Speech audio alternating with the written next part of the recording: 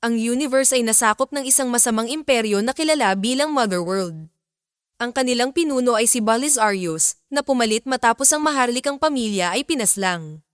Mayroong ilang mga rebelding grupo na bumubuo sa iba't ibang mga planeta, kaya ang imperyo ay nagpapadala ng mga sundalo sa lahat upang ubusin sila. Ilang linggo na ang nakalilipas, dumaong si General Taco sa Velt at hiniling sa mga magsasaka na ihanda ang lahat ng kanilang butil para sa kanyang hukbo na nangangakong babalik para dito sa loob ng 10 linggo. Ang pagbibigay ng lahat ng kanilang ani sa mga sundalo ay isang malaking problema para sa nayon, kaya ang dating sundalo ng imperyo na si Cora at ang kanyang kasintahang si Gunner ay lumibot upang magtipon ng isang grupo ng mga mandirigma na tutulong sa kanila na labanan ang mga sundalo. Sa kanilang paglalakbay, nagkaroon sila ng pagkakataong mahanap si Taco sa isang lugar ng kalakalan at isang laban ang nangyari kung saan pinabagsak ni Cora ang admiral. Sa kasamaang palad, nabawi ng imperyo ang katawan ni Taco at inilagay siya sa isang makina upang mapagaling siya. Sa sandaling bumuti na ang kanyang pakiramdam, inanunsyo ni Taco na gusto niyang gumanti. Samantala sa Velt, bumalik sina Cora at Gunner sa kanilang nayon kasama ang pangkat ng mga mandirigma na kanilang nakalap. Isang robot na tinatawag na Jimmy, na dating kabilang sa imperyo, ay nanunood mula sa malayo habang hinihintay ang kanyang sandali. Ang dating sundalong si Ares ay nagtaksil din sa imperyo, kaya nang tumawag ang kanyang komandante upang suriin ang pag-unlad ng ani, si Ares ay nagpanggap na ang kanyang koponan ay maayos na nagtatrabaho ng walang problema, kahit na ang totoo ay naubos silang lahat ni Cora. Si Ares ay nasa panig ng nayon ngayon at ipinaalam sa iba na ang imperyo ay darating sa loob ng 5 araw. Tinipon ni General Titus ang lahat ng mga taga-nayon at ang pangkat upang mag-alok ng isang nakapagpapalakas na talumpati. May ideya siya, dahil napakahalaga ng butil para sa mga sundalo, gagamitin nila ito bilang proteksyon sa kanilang mga bahay. Sa ganitong paraan ay hindi maaaring bombahin ng imperyo ang nayon dahil sa mga butil na pinapahalagahan ng mga sundalo. Inanunsyo din ni Titus na sasanay ng mga mandirigma ang mga taga-nayon sa sining ng pakikidigma ng militar upang magamit nila pagdating ng panahon.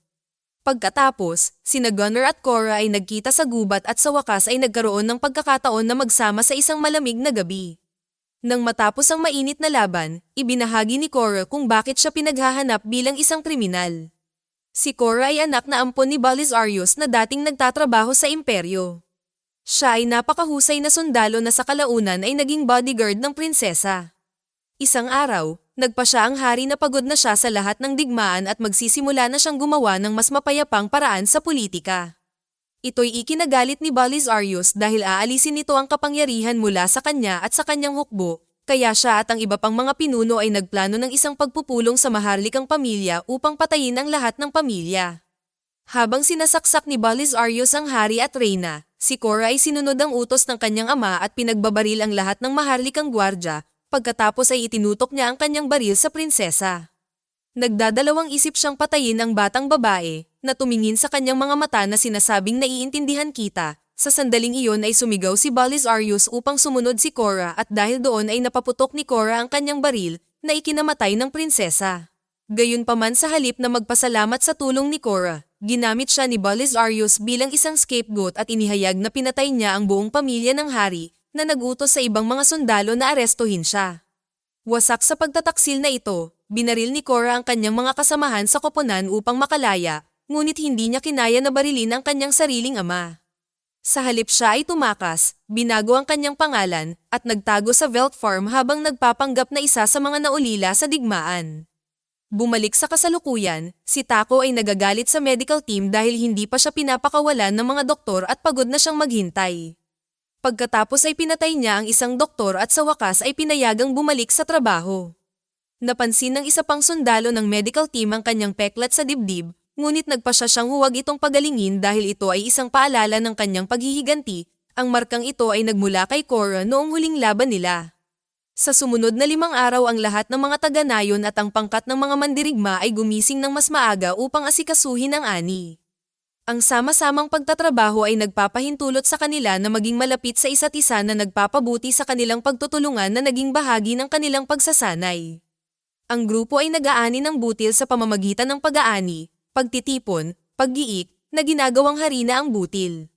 Sa mga araw na ito, nakikisama din si Nemesis sa mga lokal na bata, na tumutulong sa kanya na gumaling pagkatapos mawalan ng sariling mga anak. Si Titus ay tinitiyak na tubig lang ang kanyang iinumin para maiwasang bumalik sa dati niyang bisyo. Si Ares ay patuloy na nakakatanggap ng mga tawag mula sa kanyang commander, na nag-iisip na kakaiba ang ibang mga sundalo na hindi kailanman lumalabas sa screen. Walang pag-aalinlangan na sinabi ni Ares na binabantayan ng iba ang ani para hindi sila madaya ng mga taga-nayon, at siya ang inatasan sa tungkulin sa pagsagot sa telepono dahil sa pagiging bagong sundalo. Gayunpaman pagkatapos ng huling tawag, masasabi ni Taco na nagsisinungaling si Ares at nahulaan na si Cora ang nasa likod nito. Nang natapos na ang pag-aani, nagtitipon ang nayon para sa isang pagdiriwang at binibigyan ni Sam ang bawat mandirigma ng isang gawang bahay na banner na may sagisag na kumakatawan sa kanilang mga personalidad. Pagkatapos ay ipinagdiwang ng karamihan ng pagtatapos ng ani na may maraming sayawan at inuman. Kinakanta pa ni Titus ang isang nakapapawi na kanta para sa lahat na naririnig sa mga burol. Sa susunod na araw, magsisimula ang aktwal na pagsasanay, simula sa paglipat ng lahat ng butil mula sa mga kamalig patungo sa aktwal na nayon at paglalagay nito sa paligid ng bawat bahay. Naghukay din sila ng isang nakatago na kanal, umaasa na makakatulong ito sa kanila na makapagbigay ng elemento ng sorpresa. Inilabas ni Ares ang lahat ng mga armas na naiwan ng kanyang dating koponan, at ang mga taga-nayon ay naghahanap ng anumang mga rifle o kutsilyo na maaaring mayroon sila sa paligid. Tinuturuan ni Cora at Titus ang mga lokal kung paano magpaputok ng baril, habang ang ilan ay mas gusto pa rin ang mga sandata na malapitan tulad ng kutsilyo, hindi tulad ni Sam na mahusay sa pagbaril ng kahit anong rifle. Nasa bundok pa rin ang barkong tinakasin ni Cora kaya nagtutulungan ang mga taga-nayon na hilahin palabas at ayusin kung sakaling kailanganin nila ito. Matapos asikasuhin ni Ares ang anumang mga isyo na maaaring makuha ng barko sa mahabang panahon na pag-iwan rito, binigyan ito ni Cora ng pagsubok at kinumpirma na gumagana ito ng maayos. Noong gabi bago dumating ang kalaban, itinuro ni Titus na dapat nilang ibahagi kung bakit gustong ibagsak ng bawat isa sa kanila ang imperyo, sa paraang iyon ay mapapatibay nila ang kanilang ugnayan. Nagboluntaryo si Titus na mauna at ipinaliwanag na dati siyang general para sa imperyo. Isang araw, isang kolonisadong kaharian ang bumoto na umalis at makakuha ng kalayaan mula sa imperyo. Gayunpaman, hindi iginagalang ni Balisarius ang kanilang mga kagustuhan at ipinadala si Titus kasama ang kanyang koponan upang tirahin ang Kapitolyo. Tumanggi si Titus na sundin ang mga naturang utos at binaril ang kanyang barko, ngunit suportado pa rin siya ng kanyang koponan. Magkasama silang lumaban sa imperyo, ngunit madali silang natalo kaya nag-alok si Titus ng isang kasunduan, ang kanyang pagsuko kapalit ng buhay ng kanyang mga tauhan. Ang kanyang pagsusumamo ay hindi pinansin at ang kanyang buong koponan ay pinatay sa kanyang harapan. Simula noon, nagkasala si Titus sa naging sanhi ng lahat ng pagkamatay na iyon at nanumpa na hindi na muling sisuko sa imperyo. Dahil sa inspirasyon ng kwento ni Titus, ibinahagi rin ng iba pang mga mandirigma ang sarili nilang kwento. Si Milius ay mula rin sa isang hamak na bukid, ngunit ang kanyang mga tao ay tumanggi na lumaban at ibinigay sa mga sundalo ang lahat. Ang mga magsasaka ay dinakip at ipinadala sa mga kampo ng paggawa sa buong universe, na naging dahilan upang mapunta si Milius sa isang operasyon ng pagmimina. Isang araw dumating ang araw ng laban, pinatay ang lahat ng mga sundalo ng imperyo, at pinalaya ang mga alipin. Simula noon ay nakikipag-away na si Milius sa kanila. Susunod, ibinahagi ni Nemesis na nagmula siya sa isang maliit na nayon ng pangingisda na sa kasamaang palad ay nawasak ng imperyo. Ang lahat ng mga lokal ay pinatay at si Nemesis ay kailangang panoorin ng kanyang pamilya na mamatay. Pagkatapos ng isang kakilakilabot na pagkasira, si Nemesis ay nagutom sa paghihiganti, kaya't hinanap niya ang mga nakatagong armas na itinatago ng nayon mula noong unang panahon noong hindi pa sila pasipista. Nang si Tarok na, inamin niya na dati siyang prinsipe ng kanyang planeta. Sinubukan ng kanyang ama na hari na makipagkasundo, ngunit umuwi siya na isa na lamang bangkay. Hindi nagtagal ay lumitaw ang mga barko ng kaaway sa tahanan ni Tarok at winasak ang buong lugar ng walang pag-aalinlangan. Hindi kinaya ng kanyang ina na reyna ang nangyayari at walang magawa si Tarok kundi panoorin ang kanyang ina na namamatay. Nakatakas si Tarok sa pamamagitan ng pagtatago bilang isa sa mga refugee, umaasang mapangalagaan ang kanyang angkan sa hinaharap. Nang ang lahat ay natapos na sa pagbabahagi, si Titus ay nagtanong kay Cora para sa kanyang sariling kwento, ngunit sinabi lamang niya na siya ay isang ulila sa digmaan at siya rin ay dating sundalo ng imperyo. Naghihinala si Titus nang hindi na siya nagdadagdag, pero hindi na niya ito pinilit. Kinaumagahan, sumakay si Cora sa kanyang barko at lumipad sa mga bundok, kung saan tumawid siya sa isang talon upang pumasok sa isang kuweba at makipagkita kay Jimmy. Nagbubuklod sila sa katotohanang pareho silang nagtatrabaho para sa imperyo at ngayon ay nakahanap ng bagong layunin sa pagprotekta sa mga inosente. Gayunpaman, iniisip ni Jimmy na mababa ang kanilang tsansa na manalo sa laban. Sa nayon, tinatapos ng mga lokal na itago ang isang bungkos ng mga bomba sa kanal sa tamang oras para sa pagdating ng mga barko ng kaaway. Habang nagmamadali ang lahat sa kanilang mga posisyon, si Taco at ang kanyang mga tauhan ay gumagamit ng radar upang imbestigahan ang sitwasyon. Natuklasan nila na ang butil ay ginagamit bilang panangga kaya hindi sila makapagpaputok, ngunit napansin din nila na ang lahat ng mga babae at bata ay iniingatan sa mahabang bahay. Nagplano si Taco na magpapanggap na makikipag-ayos kay Cora habang nagpapadala ng mga lalaki doon. Di nagtagal, isang bungkos ng mas maliliit na barko ang dumaong sa Velt at nakipagpulong si Taco kay Cora, na nag-alok sa mga sundalo na kukunin ang butil at aalis ng walang magaganap na laban upang maiwasan nila ang pagdanak ng dugo. Gayunpaman, gusto ni Taco ng mas malaking gantimpala ngayon, kaya ipinaliwanag niya na ang kanyang mga tauhan ay nakapaligid na sa mahabang bahay. Hindi siya magpapaputok kung papayag si Cora na sumama sa kanya. Sa kagustuhang protektahan ang mga lokal, sinenyasan ni Cora ang kanyang mga kaibigan na umatras at pumayag na umalis kasama si Taco. Una siyang nagpaalam kay Gunner, na tumangging mawala siya at kinuha ang kanyang baril para barilin ang kampana ng bayan, na siyang hudyat para simulan ang labanan. Ang mga mandirigma ay lumabas mula sa pagtatago at agad na nagpaputok, pinasabog ang isang barko ng kaaway na nagpatakbo sa mga kaaway. Itinulak nito sina Gunner at Cora sa tubig, isang pagkakataon na ginagamit nila upang makatakas sa isang bundok para sa isang alternatibong plano. Ang pagsabog ay nagbibigay sa mga taga-nayon ng kalamangan at sa lalong madaling panahon ang mga sundalo ng imperyo ay bumabagsak sa lahat ng dako. Galit na galit, tumalon si Taco sa mga kanal at nagsimulang patayin ang mga taga-nayon ng malapitan upang subukang abalahin ang kanilang organisasyon. Sinubukan ng ilang nakaligtas na sundalo na tumakas sakay ng kanilang mga barko, ngunit binato sila ng mga taga-nayon ng bomba para mabilis silang maibagsak. Sa mahabang bahay, sumabog ang mga sundalo at nilabanan sila ni Nemesis gamit ang kanyang mga sandata habang sina Ares at Sam ay nagbibigay ng backup gamit ang kanilang mga baril. Si Nemesis ay isang kahanga-hangang mandirigma at nagawa niyang pabagsakin ang ilang mga sundalo ng mag-isa. Sa kalaunan ay nagawa ni Taco na umalis sa mga kanal na ginagamit niya bilang proteksyon at nakarating sa barko malapit sa mahabang bahay. Habang siya ay nakasakay, isang taga-nayon ang tumalon at sinubukang patayin siya gamit ang kanyang kutsilyo. Gayunpaman, madali siyang nadaig ni Taco sa ilang mga galaw. Matapos patayin ang lalaki gamit ang kanyang sariling kutsilyo, itinulak ni Taco ang katawan palabas ng barko. Sa parehong oras, sina Cora at Gunner ay sumakay sa kanyang lumang barko at gumamit ng isang smoke bomb upang magpanggap na ito ay nasira.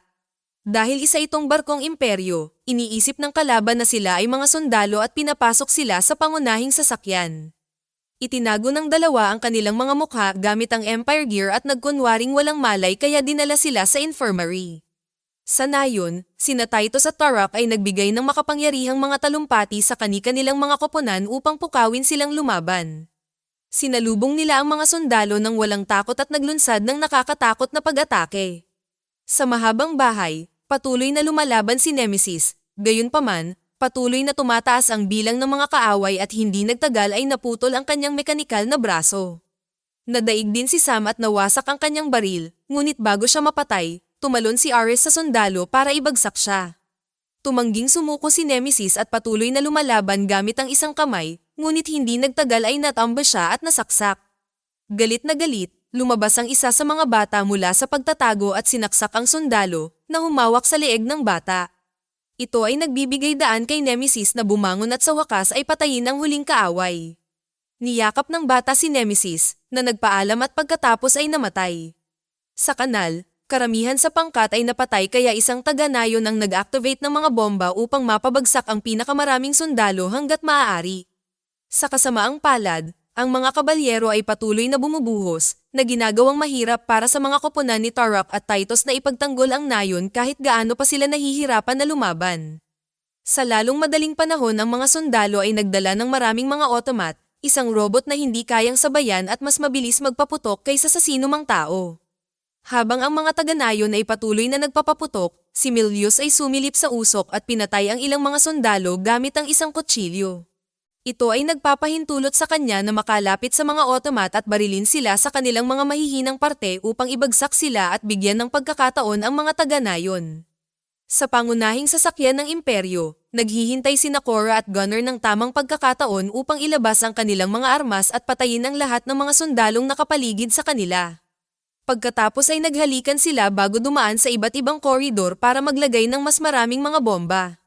Dahil sa kanilang mga uniforme, sa una ay hindi sila napapansin, ngunit maya-maya ay natagpuan ng isang sundalo si Korra. Agad niya itong binaril at tumalon sa ibabang palapag, kung saan patuloy niyang nilalabanan ng sinumang bantay na nakikita niya.